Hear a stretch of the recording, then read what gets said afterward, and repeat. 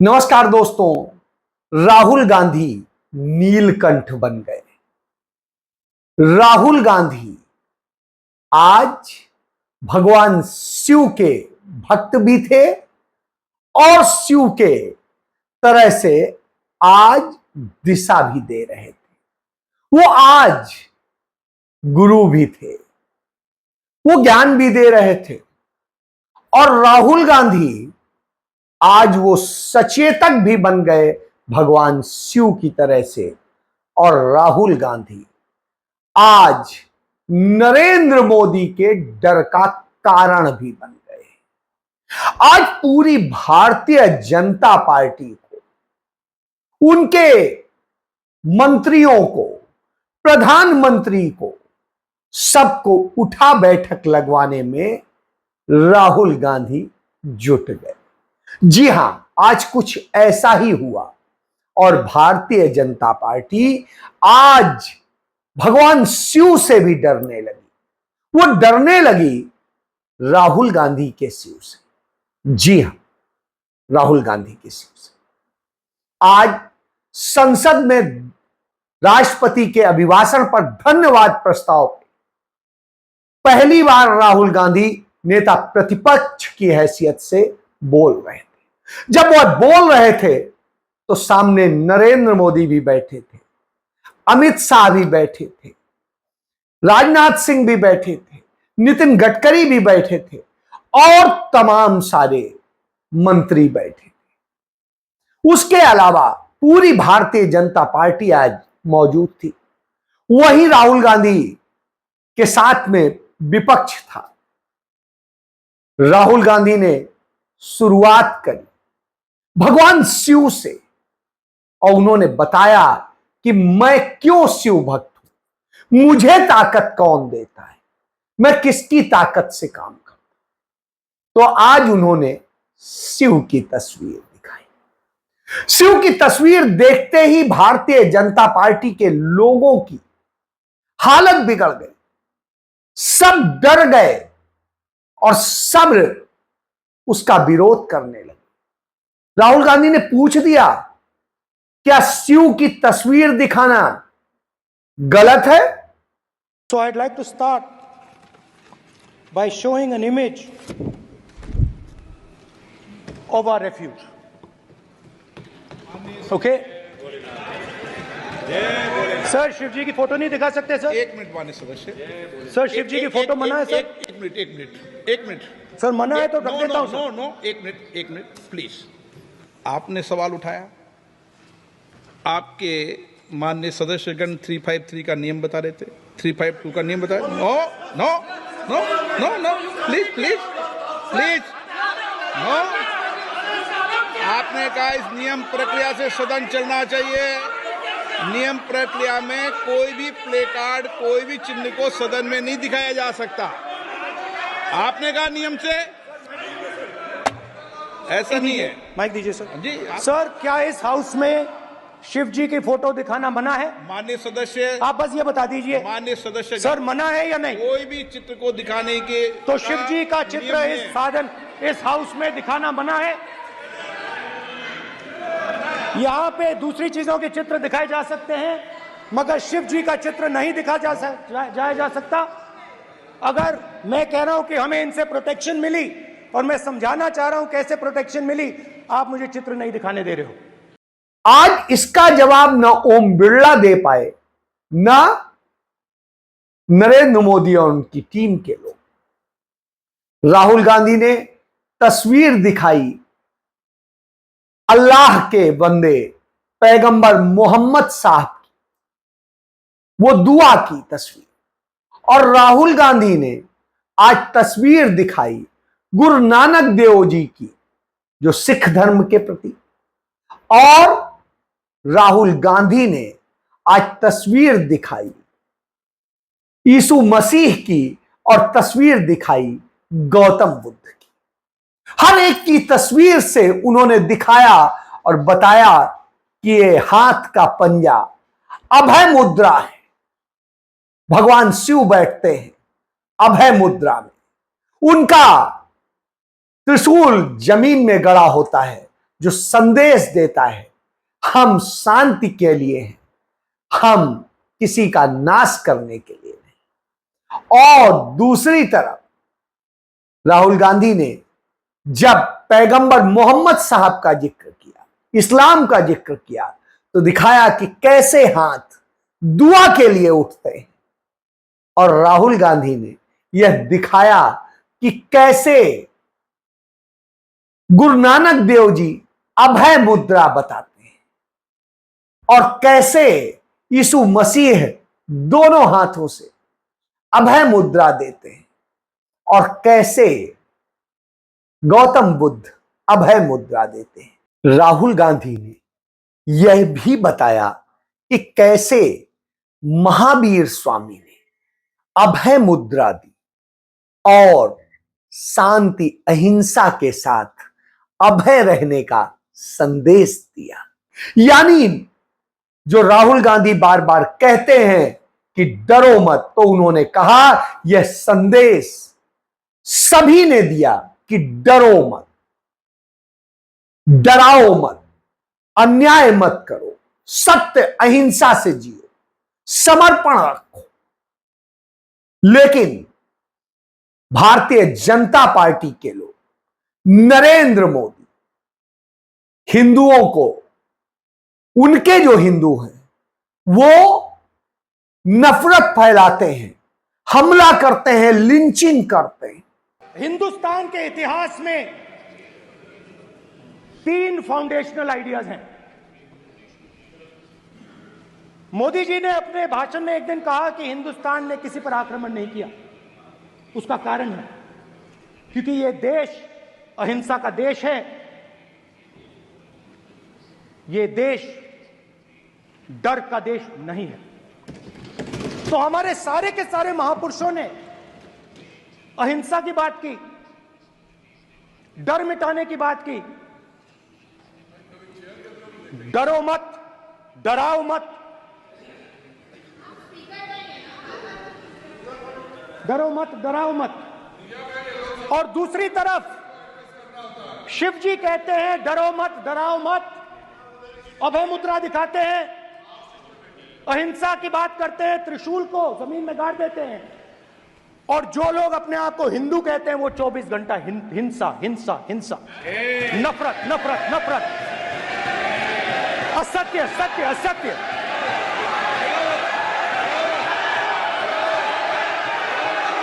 आप हिंदू हो ही नहीं। हिंदू धर्म में साफ लिखा है सत्य के साथ खड़ा होना चाहिए, सत्य से पीछे नहीं हटना चाहिए, सत्य से नहीं डरना चाहिए। अहिंसा हमारा प्रतीक है।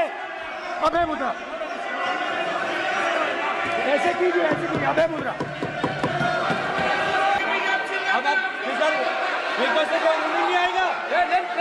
आप बात समझिए, ये इसलिए चिल्ला रहे हैं क्योंकि तीर जाके दिल में लगा है,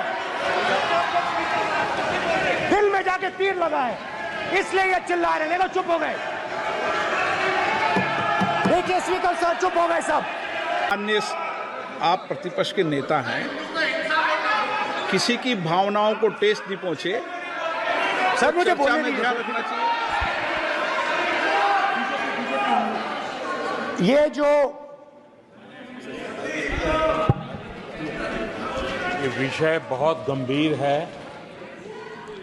पूरे हिंदू समाज को हिंसक कहना ये गंभीर विषय है। बीजेपी को आपको नहीं नहीं नहीं नहीं नहीं नहीं, नरेंद्र मोदी जी पूरा हिंदू समाज नहीं है, बीजेपी पूरा हिंदू समाज नहीं है, आरएसएस पूरा हिंदू समाज नहीं है। भूपेंद्र यादव जी, ये ठेका नहीं है बीजेपी का। जब वो ये बोले तो नरेंद्र मोदी और उनकी पूरी भारतीय जनता पार्टी उठक बैठक करने लगी। हर कोई खड़ा हो रहा था, बैठ रहा था, बोल रहा था, हर कोई बैठ रहा था, बोल रहा था। राहुल गांधी ने कहा यही मैं कहता हूं कि हिंदू धर्म यह नहीं सिखाता है कि नफरत करिए, हिंदू धर्म सिखाता है अभय मुद्रा, शिव की अभय मुद्रा। वो नीलकंठ बन जाता है, गले में विष पान करता है लेकिन नुकसान नहीं होने देता है। लेकिन भारतीय जनता पार्टी का हिंदू धर्म क्या है? ये धर्म नहीं है, ये वो हिंदू हैं जो हिंसा करते हैं, ये वो हिंदू हैं जो नफरत फैलाते हैं। नरेंद्र मोदी खड़े हुए बोले ये तो पूरे हिंदू समुदाय का अपमान है। राहुल गांधी ने कहा नहीं, आप यदि हिंदू की बात कर रहे हैं तो इधर भी हिंदू बैठे, और यह हिंदू धर्म का अपमान नहीं, यह बताया जा रहा है कि आप जो हिंदू धर्म की बात करते हो, तो भारतीय जनता पार्टी, नरेंद्र मोदी हिंदू धर्म के ठेकेदार नहीं है, ये आरएसएस ठेकेदार नहीं है, ये हिंदू धर्म के प्रतिनिधि नहीं है। हिंदू धर्म सबका है। इनकी नफरत को राहुल गांधी ने चेहरा दिखा दिया। राहुल गांधी ने बात की नीट पेपर लीक की और बात की कैसे युवाओं के भविष्य से खेला गया है, क्या क्या धांधलियां हुई, और इस पर हम लंबी चर्चा चाहते हैं जिससे समाधान निकले। राहुल गांधी ने बात की अग्निवीरों की, और अग्निवीरों को कैसे इंसाफ मिले उसको लेकर के बात, और कैसे यह थोपा गया है यह असल में नरेंद्र मोदी के दिमाग की उपज है, यह सेना की उपज नहीं। राहुल गांधी ने बात की किसानों की, किसानों के दर्द की, एमएसपी की और सब चीज की। जब राहुल गांधी ये बात कर रहे थे तो कभी अमित शाह उठते थे, फिर बैठते थे, बोलते थे, बैठते थे, कभी राजनाथ सिंह उठते थे, बैठते थे, बोलते थे और ये करते, और कभी नरेंद्र मोदी उठते, बैठते, बोलते थे, और कभी उनके दूसरे मंत्रियों की है।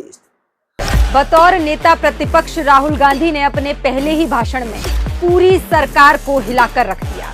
गृह मंत्री अमित शाह तो स्पीकर से संरक्षण मांग रहे थे। नियमों के ऊपर जाकर उनको रियायत दे रहे हो मान्यवर, हमें संरक्षित करिए, ऐसे नहीं चलता। नरेंद्र मोदी, राजनाथ सिंह, भूपेंद्र यादव, शिवराज सिंह चौहान, किरण रिजिजू जैसे मंत्रियों की पोल खुली तो सब तिलमिलाकर सफाई देने लगे।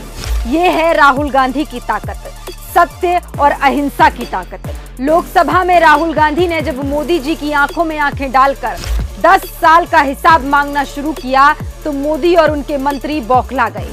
समझ ही नहीं आ रहा था कि क्या करें। राहुल गांधी ने मोदी के हर मंत्री की क्लास लगाई, उनके कामों की पोल खोली। पूरी सरकार राहुल गांधी के भाषण से तिलमिला उठी। मोदी जी से बैठा नहीं जा रहा था तो वहीं अमित शाह, राजनाथ और शिवराज जैसे मंत्री बार बार भड़क रहे थे, लेकिन राहुल गांधी कहां रुकने वाले थे।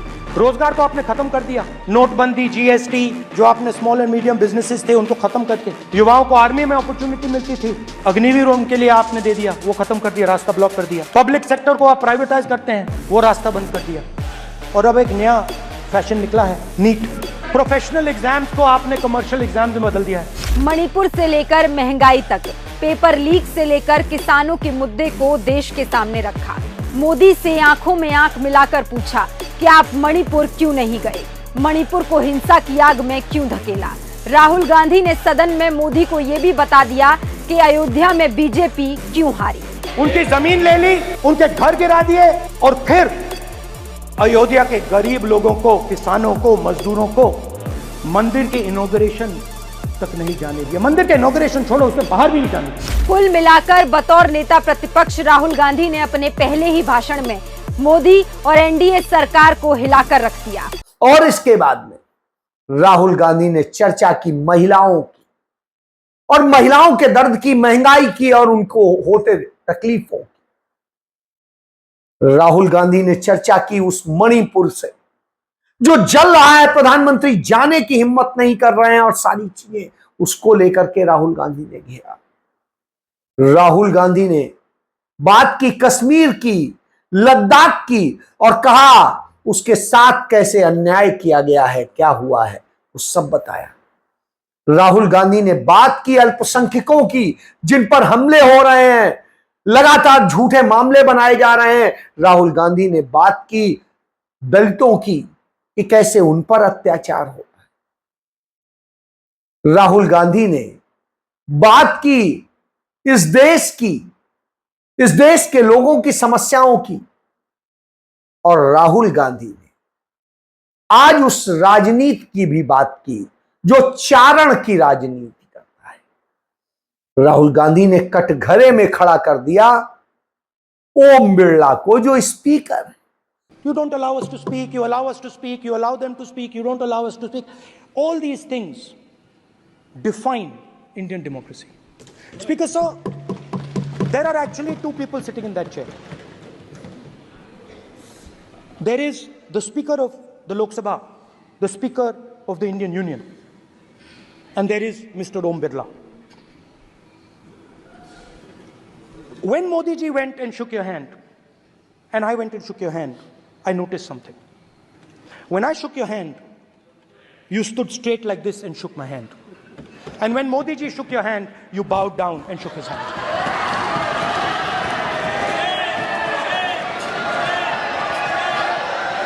ये आसन के सामने आरोप है, ये चेयर के सामने आरोप कर रहे हैं माननीय। Now, with all respect, sir,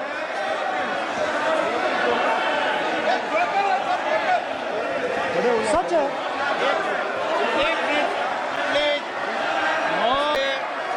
बैठिए बैठिए प्लीज, प्लीज बैठिए, प्लीज बैठिए,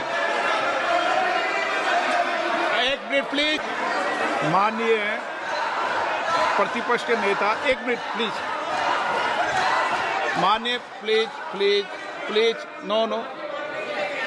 प्रतिपक्ष के माननीय नेता,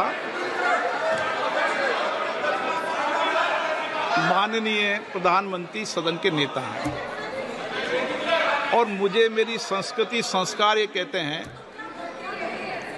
व्यक्तिगत जीवन में भी, सार्वजनिक जीवन में भी, और इस आसन पर भी, जो हमसे बड़े हैं उनको झुककर नमस्कार करो। मुझे यही सिखाया है, और बराबर वालों से बराबर का व्यवहार करो, यही मुझे सिखाया है। और इसीलिए स्पीकर सर, अगर आप हाँ, मैं इस बात को आसन से कह रहा हूं कि मेरी संस्कृति और संस्कार यही है कि सर, बड़ों स्पीकर सर। का झुककर और आवश्यक हो तो पैर छूकर सम्मान करो, और बराबर जो उम्र से छोटे हैं उनसे बराबर का व्यवहार करो। स्पीकर सर, ये हमारी संस्कृति संस्कार है, और मैं इस संस्कृति संस्कार की पालन करता हूँ। स्पीकर सर, स्पीकर सर, आपकी बात को मैं एक्सेप्ट करता हूं। स्पीकर सर, आपकी बात को रिस्पेक्टफुली, बैठिए ना। स्पीकर सर, मैं आपकी बात को रिस्पेक्ट करता हूं, मगर आपको कहना चाहता हूं कि इस हाउस में स्पीकर से कोई बड़ा नहीं होता। स्पीकर सबसे बड़ा है, हम सबको स्पीकर के सामने झुकना चाहिए, और मैं आपके सामने झुकूंगा, और सारा का सारा ऑपोजिशन आपके सामने झुकेगा। ये लोकतंत्र है स्पीकर सर, आप इस हाउस के लीडर हैं, आपको किसी के सामने नहीं झुकना चाहिए। कस्टोडियन है, नेता प्रधानमंत्री है, स्पीकर को आप, speaker is the last word, speaker is अध्यक्ष and is the last word. Speaker is the last word in the Lok Sabha, and in that spirit, as members of the Lok Sabha, we are subservient to the speaker. I believe that. Now, there might be people in this room who think they are not, but I think the entire opposition believes that we are subservient to you, sir. And we will listen to what you say, and we will bow in front of you. But the only thing I request, Speaker, sir, is it is important that there is fairness in this house. Now, I gave a speech, Speaker, sir, and it was interrupted throughout. Now, this time is going to be taken away from my colleagues. और उन्होंने बताया कि कैसे speaker झुक के चरण वंदन की स्थिति में आ जाता है नरेंद्र मोदी के। तब राहुल गांधी ने उन्हें बताया कि संविधान यह नहीं कहता है, संविधान यह कहता है सदन में सबसे बड़ा स्पीकर है, हम सब उसके आगे झुकते हैं, सबको उसके आगे झुकना हो। प्रधानमंत्री यहां बड़ा नहीं है, आज संवैधानिक परंपराओं की बात। तो जब राहुल गांधी शिव का नाम ले रहे थे तो भारतीय जनता पार्टी के लोगों की हालत बिगड़ी। आज वही ओम बिरला कुछ कह नहीं पा रहे थे क्योंकि आज जय संविधान गूंज रहा था। और जब राहुल गांधी ने शिव का बखान किया तो भाजपा के लोग उस बैकफुट पे आ गए और जो राहुल गांधी और पूरा विपक्ष जय संविधान कहता है वह जय संविधान आज गूंजा। और दीपेंद्र हुड्डा के चेहरे पर खुशी थी कि आज जो उनके लिए अभद्र भाषा इस्तेमाल की गई थी ओम बिरला के बाद, उसका जवाब राहुल गांधी ने इतने सलीके से दिया कि ओम बिरला भी बौखला गए और पूरी भारतीय जनता पार्टी। और आज वो जय संविधान सब चिल्लाने लगे। हालत यह थी कि राहुल गांधी ने तमाम विपक्षी सांसदों के साथ होते अन्याय को उसको भी सबके सामने ला दिया। और सबके सामने ला दिया वह चेहरा कि कैसे सत्ता पक्ष की गुलामी की का काम होता है सदन में। राहुल गांधी ने उन सारे मुद्दों को छुआ, उन मुद्दों पर बात की जो जनता से जुड़े। बंद होते छोटे उद्योग, धंधे, व्यापार, उस पर उन्होंने बात की। उन्होंने बात की जीएसटी की मार की, उन्होंने बात की इस देश में महंगाई और गरीबी की, बेरोजगारी की, उन्होंने बात की हर उस व्यक्ति की।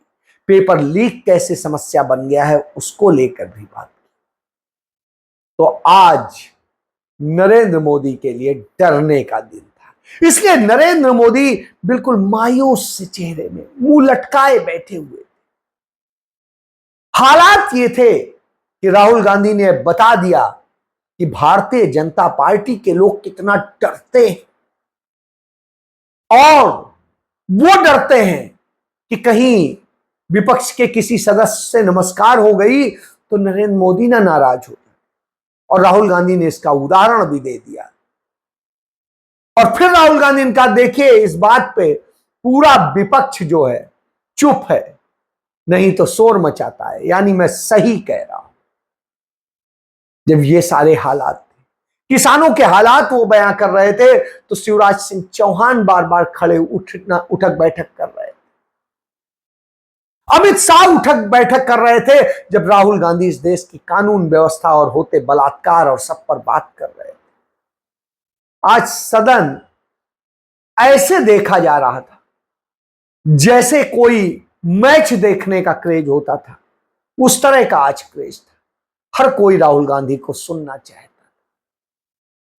तमाम विघ्न बाधाओं के बाद भी राहुल गांधी ने हर वह मुद्दा उठा लिया जिसका उन्होंने वायदा किया।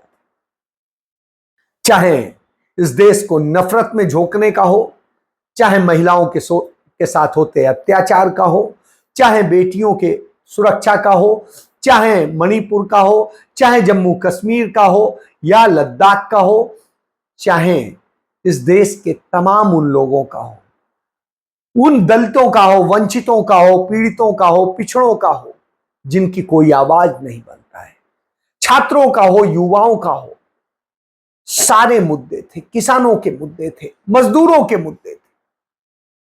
तो राहुल गांधी आज पूरे देश की आवाज बन गए और नीलकंठ की तरह से अपने गले में दबाए थे। आज राहुल गांधी ने डेमोक्रेसी का भी चेहरा बेनकाब कर दिया कि असली आपातकाल तो अब है। उन्होंने बता दिया कैसे 20 विपक्ष के नेताओं को जेल में डाला गया है, कैसे 2 मुख्यमंत्रियों को जेल में डाला गया।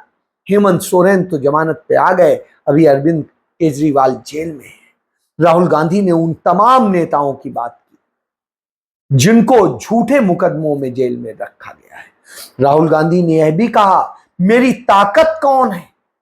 उन्होंने बताया कि जब ईडी 55 घंटे उनसे पूछताछ कर चुकी तब उन्होंने कहा आप इतने के बाद भी हिले नहीं। तो राहुल गांधी ने उन्हें बताया क्योंकि मेरी ताकत शिव, ये मुझे ताकत देते हैं, उस ताकत से मैं चलता हूं। राहुल गांधी ने अवधेश प्रसाद से हाथ मिलाते हुए कहा कि इन्होंने अयोध्या से आपको भगाया, नरेंद्र मोदी को भगाया और नरेंद्र मोदी को भगवान शिव ने भी वहां पर हराते हराते बचाया है, संदेश दिया है। क्योंकि अयोध्या के साथ भी, अयोध्या वासियों के साथ भी नरेंद्र मोदी ने अन्याय किया है, इसलिए उसने जवाब दिया है। और उन्होंने बताया कैसे गुजरातियों को सब सौंपा गया है। जब इतना सब वो बता रहे थे तो मोदी और उनकी पूरी टीम, उनका पूरा मंत्रिमंडल हिला हुआ था, स्पीकर के भी होश उड़े हुए थे, मजबूर था कि सुनना पड़ रहा था। उधर दूसरी तरफ राज्यसभा में मल्लिकार्जुन खड़गे ने घेरा। हमारे गणतंत्र के संस्थापकों के शिक्षा को समृद्धि की राह का सबसे शक्तिशाली उपकरण माना था। आज़ादी मिली तो 2 साल में खड़गपुर में पहला IIT बना। यूपीए सरकार ने IIT और IIM सहित उच्च शिक्षण संस्थानों में ओबीसी छात्रों के लिए 27% सीटें आरक्षित की। मौलाना आज़ाद फेलोशिप हमने शुरू की। कमजोर तबकों के छात्रों को इन संस्थानों में जाने का मौका मिला। इन सब का नतीजा था कि आज दुनिया भर में भारत के डॉक्टर्स, इंजीनियर्स, साइंटिस्ट को सम्मान और नौकरी मिलती है और उनकी डिग्री की इज्जत होती है। इसीलिए मेरे कहना है कि अगर डिग्री को इज्जत होना है तो ऐसी चीज़ें घपले घोटाले इसको बंद करना चाहिए। मौजूदा हालात नहीं सुधरी तो पूरी दुनिया में हमारी शिक्षा प्रणाली की क्रेडिबिलिटी खतरे में पड़ जाएगी। हर डिग्री पर संदेह होगा और हर डिग्री को लोग संशय के दृष्टि से देखेंगे। तो इसलिए इस जो 10 साल में आपने शिक्षण प्रथा भी शुरू की है, आपने बोले तो सर आप मत समझिए, सरकार को बोल रहे सर। हमारी शिक्षा प्रणाली पर 10 सालों में बीजेपी आरएसएस के लोगों ने कब्जा कर लिया है। यूनिवर्सिटीज के vice chancellors, professors, NCERT, CBSE सब में आरएसएस का कब्जा है और अच्छे विचार वालों को वहां पर कोई जगह नहीं है। आप अपॉइंटमेंट का लिस्ट लगे, नहीं आप सेक्रेटरिएट में कितने भरे हैं, सुनिए, वीसी के कितने लोग हैं, किन जाति के लोग हैं और प्रोफेसर किन जाति के हैं, सेंट्रल यूनिवर्सिटी में कितने हैं, आप लाओ लिस्ट। एक बार स्थान उन्होंने दलितों, आदिवासियों, अल्पसंख्यकों और वंचितों के ऊपर होते अत्याचारों की बात की। उन्होंने प्रधानमंत्री से सवाल किया कि अब तक मणिपुर क्यों नहीं गए, क्यों डर लगता है मणिपुर से। उन्होंने सवाल किए उन तमाम चीजों को, चाहे नीट परीक्षा का मामला हो, चाहे कोई और मामला, और उन सब को लेके कि कैसे 70 पेपर नरेंद्र मोदी के शासनकाल में लीक हुए हैं। 70 पेपर, कैसे भविष्य करोड़ों युवाओं का बर्बाद हुआ है, छात्रों का बर्बाद हुआ है। उन सब मुद्दों को लेके घेरा। उन्होंने भी आज पूरे एग्रेसिव अंदाज में नरेंद्र मोदी के मुजरे से लेकर के, मटन मछली से लेकर के, हिंदुस्तान पाकिस्तान से लेके, मुस्लिम लीग से लेके सब मामलों पर घेर लिया। वहां पर भी आज किसी के पास कुछ जवाब नहीं था। घबराए हुए थे। वहां पर उनके बगल में सोनिया गांधी बैठी थी, दूसरे बगल में डिप्टी स्पीकर बैठे थे, तो उपसभापति बैठे थे, इधर ये बैठे।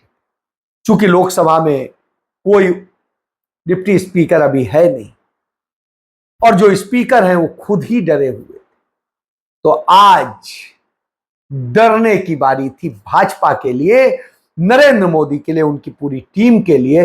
वहीं राहुल गांधी आंख में आंख डाल करके नरेंद्र मोदी और उनके अमित शाह सबको डराए हुए थे और सब बौखलाए नजर आ रहे थे और नरेंद्र मोदी के चेहरे की हवाइयां उड़ी हुई थी, ऐसा आपने पहली बार देखा होगा। यही राहुल गांधी की खूबी है। इसीलिए राहुल गांधी जय।